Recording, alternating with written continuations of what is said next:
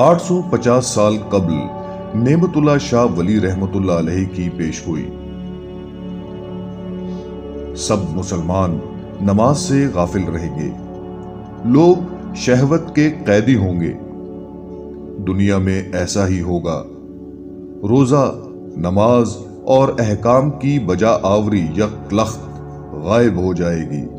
مناجات کی مجالس میں ریاکارانہ طور سے ذکر و اذکار ہوگا۔ نماز، روزہ، حج، زکوٰۃ اور فطرانہ ادا کرنے کا شوق کم ہو جائے گا۔ دلوں پر ایک بوجھ معلوم ہوگا۔ ایک جماعت مجبور لوگوں سے سودا لیا کرے گی، ان پر لعنت ہو، یہ سر پر خزانہ رکھے ہوں گے۔ محرم کے مہینے میں مسلمانوں کے پاس ہتھیار آ جائیں گے۔ مسلمان اس وقت جارحانہ قدم اٹھائیں گے۔ اس کے بعد ہندوستان کے ملک میں ایک شورش ظاہر ہوگی، مشرکانہ زمین پر فتنہ و فساد برپا ہوگا۔ اس خلفشار کے وقت بت پرست قوم کلمہ گو مسلمانوں پر اپنے ہندوانہ قہر و غضب کے ذریعے جابر ہوں گے۔ اپنی مدد کے لیے شمال مشرق کی طرف سے فتح حاصل کرنے کے لیے غائبانہ امداد آئے گی۔ جنگی ہتھیار اور جنگی کارروائی کا ماہر لشکر آئے گا، جس سے مسلمانوں کو زبردست اور بے حساب تقویت پہنچے گی۔ ترکی، عرب، ایران اور مشرق وسطی والے امداد کے جذبے سے دیوانہ وار آئیں گے۔ نیز پہاڑوں، بیابانوں اور صحراؤں سے آراب بھی آئیں گے۔ آگ والا سیلاب ہر طرف رواں دواں ہوگا۔ چترال، نانگا پربت چین کے ساتھ گلگت کا علاقہ مل کر تبت کا علاقہ میدان جنگ بنے گا۔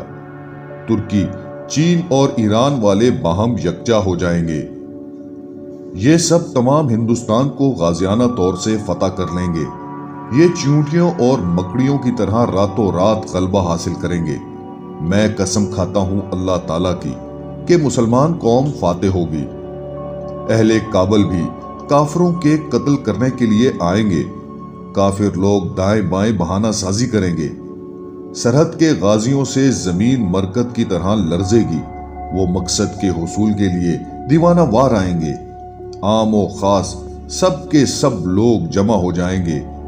اس کام میں سینکڑوں قسم کے غم کی زیادتی ہوگی۔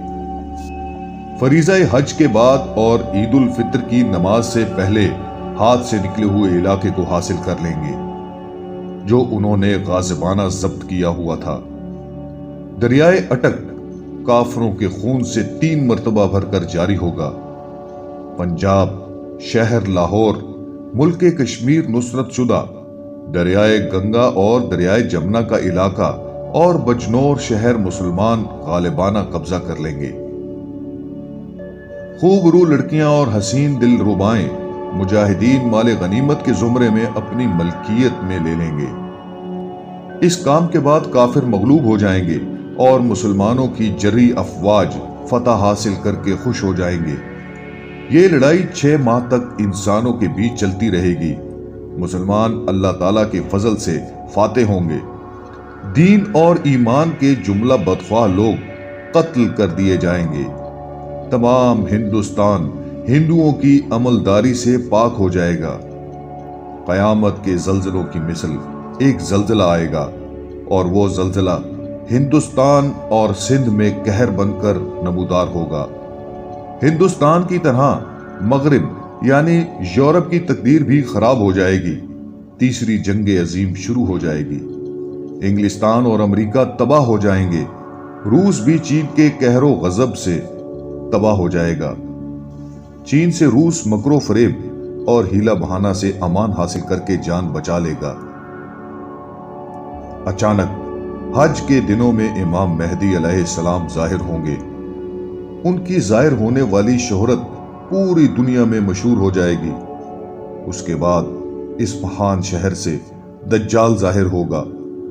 اس کے قتل کرنے کے لیے عیسیٰ علیہ السلام آسمان سے اتریں گے۔ اے نعمت اللہ شاہ، خاموش ہو جا، رب کے رازوں کو ظاہر نہ کر۔